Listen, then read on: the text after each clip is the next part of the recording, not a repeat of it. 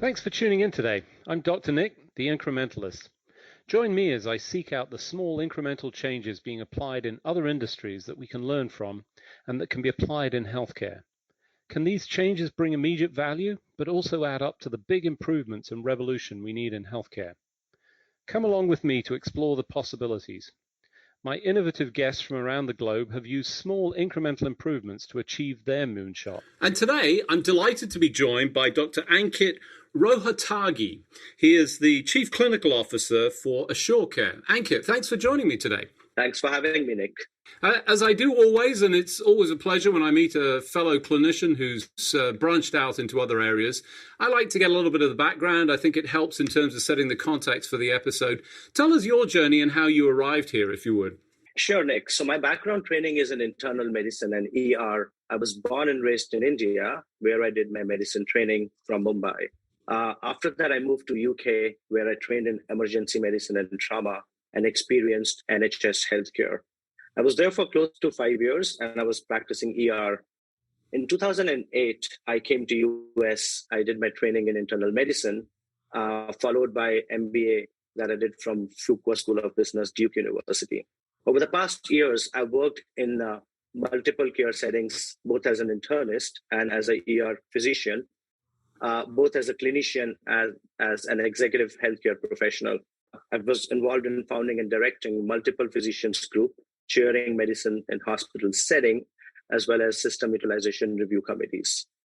I have supervised large group of clinicians, have reviewed hospital and group metrics, as well as developed and led organization strategies, both for the hospital and healthcare organizations. Over the years, I have directly been involved in implementation of various EHRs to large health systems. During the roles that I've been practicing for so many years, I have encountered multiple pitfalls throughout the continuum of patients' journey, right from the ambulatory setting to the hospital and then nursing homes, including transition of cares, medication reconciliation errors, SDOH influences, and lack of proper tools to assist clinicians to realize better ways and opportunities to address them. So I wanted to make a pivot mostly from clinical care to system-based thinking and to help improve the way healthcare is delivered, which led me to Assurecare, where I joined as a Chief Clinical Officer last year. Just a brief about Assurecare in one line. Assurecare, it provides extensive population health management solutions, which I oversee research and development of clinical-based best practices, workflows, and provide them with clinical subject matter opinions and expertise. So before we get into that, tell us a little bit about your journey from clinician to business thinker and specifically system-based thinking, because that's not the traditional pathway. You've qualified essentially in 3 countries to practice medicine. That's almost like going to medical school 3 times, although maybe there was a little bit of reciprocity between India and England. I'm not sure about that, but I know between England and the US, you went back and studied again. So you've done a lot of studying. I'm kind of curious, A, about that journey, and B, about your comparisons between those systems. Yeah, that's thanks that you're asking me this question, Nick. So having experienced different countries and health systems and payment models, including India, which is mainly fee-for-service, NHS, which we all know is a socialized medicine, with mainly single-payer systems, they do have some private insurance, but majority of the patients, they don't use it as often. And then US payer system, which right now is mainly fee-for-service. So it intrigued me when I initially came to US in 2008 while I was doing my residency. I had an awe effect because we were following the gold standards of investigation and diagnosis. But at the same time, the way the medicine was practiced, I did see we were almost overutilizing our tools. While I was working in emergency medicine, to give you an example, a patient comes with a headache and I'm seeing physicians are doing a CAT scan, which kind of didn't equate to the way I had practiced in NHS. So I saw that other things, I saw, patients going to primary care providers, PCPs are focusing on point of care tests and focusing on really acute care episodes In NHS, it was absolutely different. In NHS, when you go to a primary care physician, the focus is really, really on preventative health. There's a dialogue, there's a discussion with the patient that engages patient to talk to primary care physicians, tell them about their background, their history, their social factors and reasons. And primary care physician really know a patient as a whole. So seeing those differences, we all know that US spends so much money in healthcare, but if I see the mortality and overall outcomes, there's not much difference in the outcomes that UK has versus US. So the question that came in my mind, what are we doing different in US? We are spending so much money in healthcare. Why our outcomes do not equate to the amount of efforts that we are spending? What I realized that every healthcare system has its own pros and cons, but utilization and care management in US have become highly fragmented. There's a lot of information and data scattered throughout various systems, which decreases the efficiencies to treat patients. So keeping in mind all of these factors and the way the medicine was practiced, I really wanted to understand how the healthcare works in US. So that motivated me to do MBA from Duke.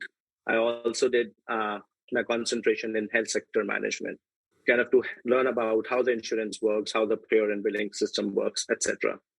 So that's my journey. I've always had some entrepreneurship skills in me. I also started a hospitalist management group in Massachusetts a few years ago. We had contracted with different hospitals and long-term acute care facilities. So keeping in mind all of those factors, I always have been intrigued in how do I change the practice of medicine at a system level.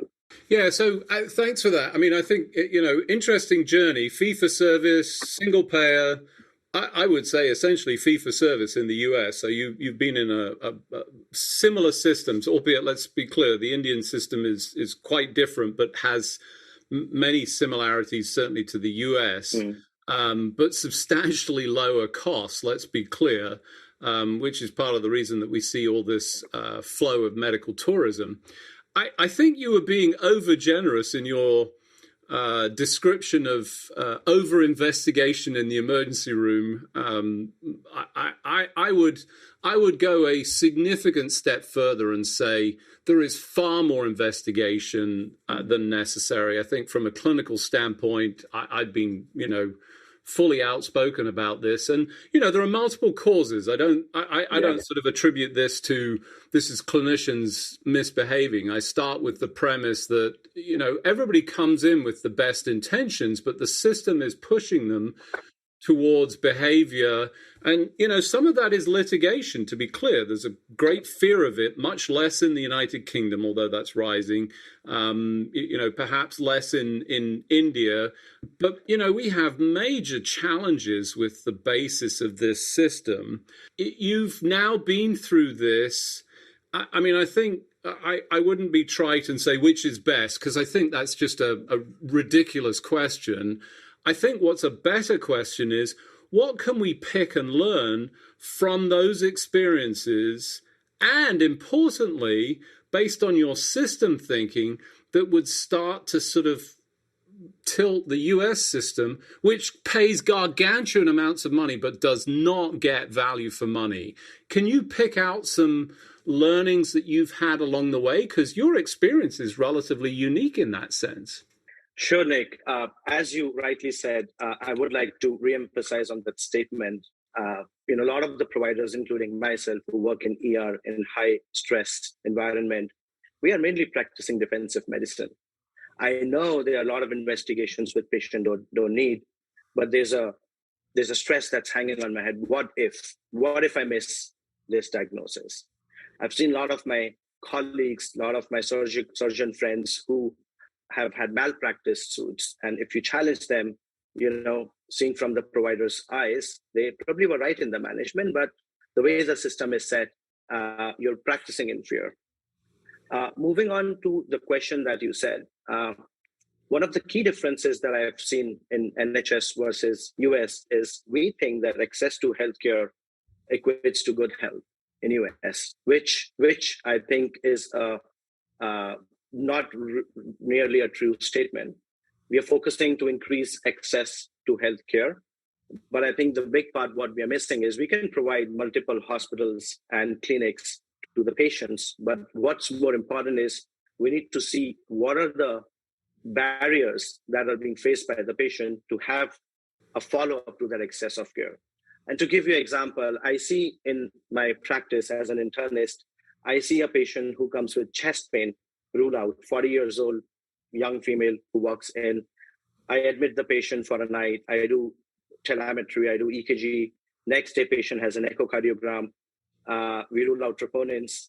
So we need to keep patient in for a night for an observation to rule out chest pain. And then we do series of tests, including lipid panels, A1C. Then we recognize patients have some risk factors. Maybe they're pre-diabetic. And then we do the workup and we send patient home or discharge the patients. But what we think that by doing the whole workup, we have taken care of patient's illness. But what we are missing is how strong is our follow-up? Do I know whether the patient has a primary care to follow up?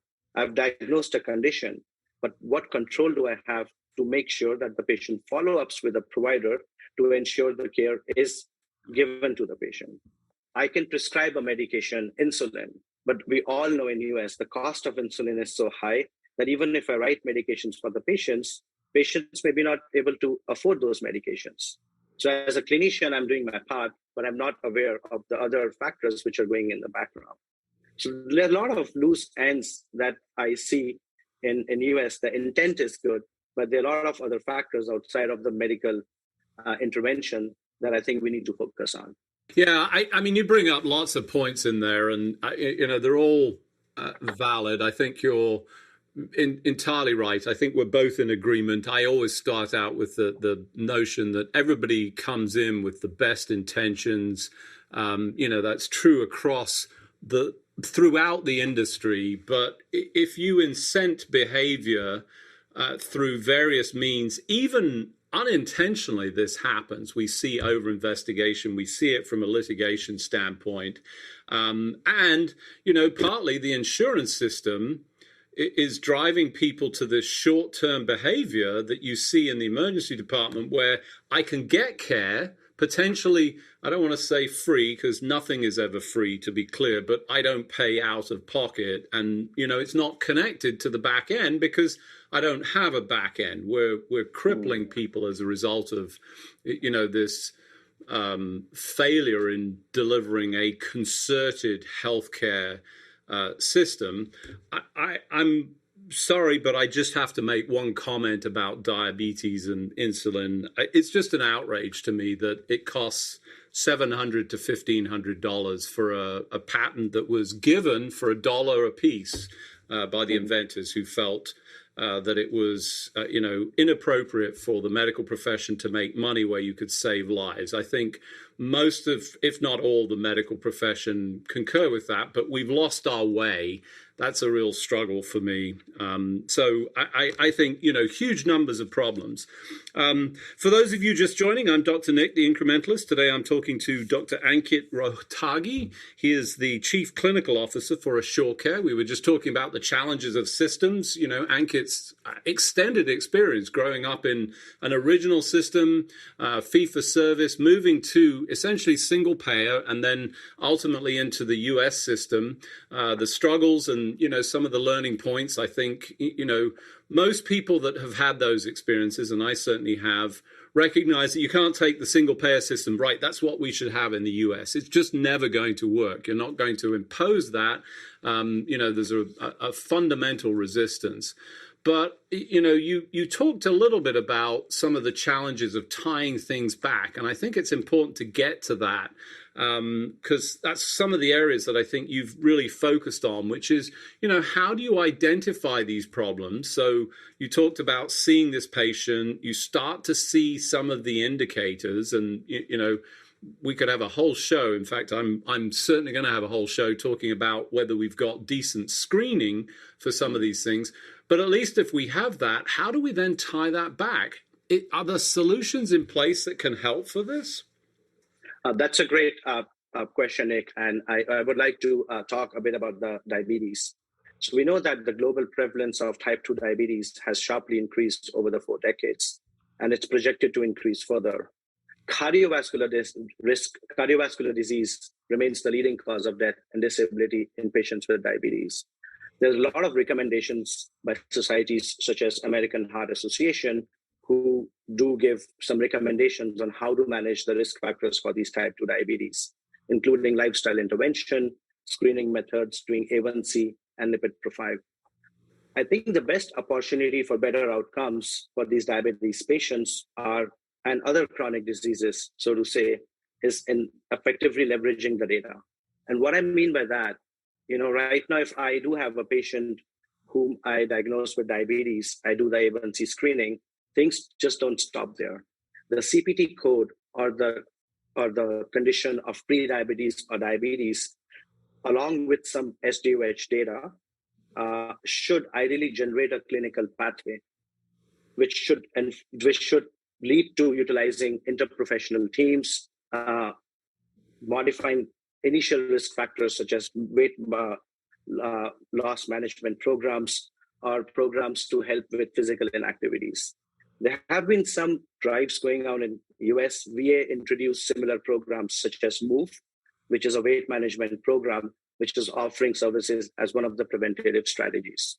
So not only these patients will need medication, but they will need a whole array of services, A, to educate them on diabetes, B, to identify modifiable factors. I see a lot of patients, who are pre-diabetic, but they don't have means or access to healthy food or healthy diet because of socioeconomical reason.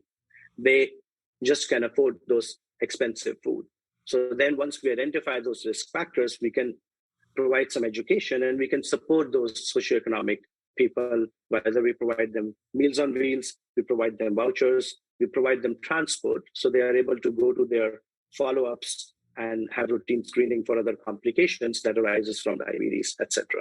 So I think fundamentally I agree with you, but in practice I don't, in part because I've seen lots of instances of these programs, and I've experienced it through my own family. People living in food deserts have no options. And it doesn't even matter if you had the money, and they don't, and if they had the money, they wouldn't live in these places, quite frankly, but they can't access healthy food, if any food at all. I mean, in the particular example that I have personal experience of, there was maybe a corner shop with who knows what kind of junk, predominantly alcohol, that was for sale. How do we solve for these problems? So we can identify them. I think that's entirely right. We understand that weight management, but we as humanity are programmed to go for both the most unhealthy, because, we're programmed from this feast or famine, but ultimately it's what's available. How are you seeing the solutions around that? So I would like to give some examples of what's happening. So Kaiser Permanente, we know about Kaiser Permanente. So they launched an initiative. They used Thrive tool, which is tools for health and resilience in vulnerable environment, which was introduced by Prevention Institute. So they have been using Thrive tools. It has some key questions that we ask the patients. Where do you live? Do you have a shelter? Do you have access to food? Can you afford to pay your medications? Do you have any troubles getting transportation or to medical appointments? Do you have a caretaker responsibility? Or are you unemployed or looking for a job? So what they did, they essentially assessed the patient's physical, mental, and social conditions and matched the needs related to appropriate services. They were able to determine that more than 60% of Northern California members had at least one unmet social needs. So what they did, they took the data and they introduced local Thrive programs, and they created close to 5,000 affordable housing units to provide services to help with excess food and support with healthy relationships. The other examples, what BMC is doing, if a patient goes to a provider, and if provider has the tools while they're assessing the patients, while they're writing a prescription, there's a question: do you have access to food or other utilities? And if the answer is no, the provider is literally able to prescribe for groceries from the food pantry that BMC has. which includes very disease-specific diets and health programs and options to cover for the patient and families. So these are just few examples, and I know this won't solve the epidemic of diabetes, but at least it's a start. No, I agree with you. I think it's important to sort of highlight the programs where they've been successful. And, Kaiser, certainly familiar with, but the other one that you mentioned, BMC, who are you?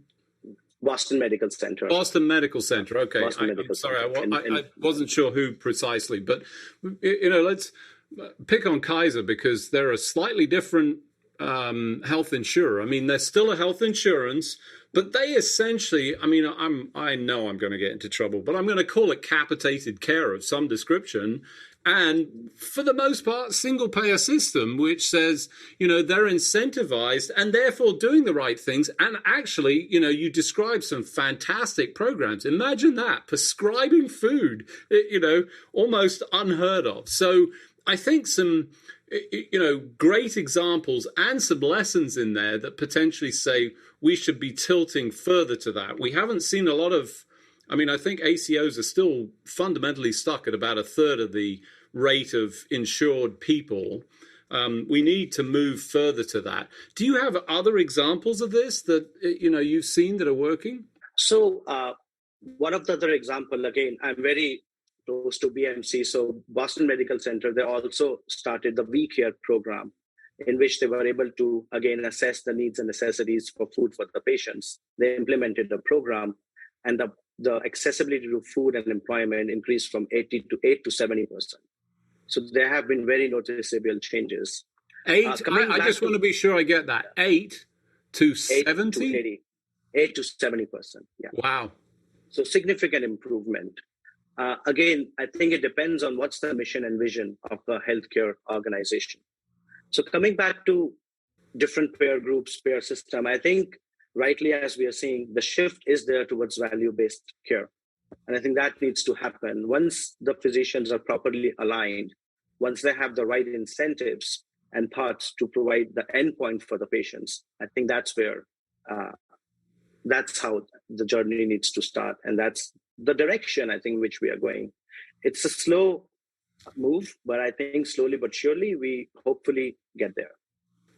And as you think about the sort of inputs to all of this, obviously to track it and to demonstrate the value propositions, do we have enough data that helps us guide this program and importantly, demonstrate the value proposition? Because ultimately it has to, otherwise people are not going to pay for it, right? Yeah, no, you're absolutely right, Nick. Long question. We can spend a lot of time answering that, but in briefly, I would say, I think there is a drive towards that. There are a lot of companies and firms who have recognized the challenges. We are working on interoperability. We are working on technology platforms, which are EHR agnostics, who can collect the data. But more than collecting the data, we need to ensure that it's a meaningful data, how that data can be used for the providers to give very clear endpoints and interventions. So I think if we can do all of those, it may take time, but by analyzing those meaningful data and giving it to providers and care transition teams, I think maybe that's where we see some impact. Fantastic. Well, unfortunately, as we have each and every week, we've run out of time. So it just remains for me to thank you for joining me on the show. Ankit, thanks for joining me. Thanks a lot, Nick. Thanks for joining me today. Do you have any better ideas, or have you found a small incremental change that's brought about a big improvement in your world? Let's continue the conversation on our hashtag, The Incrementalist, or share with me at DrNick1 on Twitter. You can find more information about the show on our program page at healthcarenowradio.com. And tune in next time to hear my discussions with leaders and innovators from around the globe who've revolutionized their space by using small incremental improvements to achieve their moonshot. I'm Dr. Nick, the Incrementalist, and I'm starting a revolution through evolution.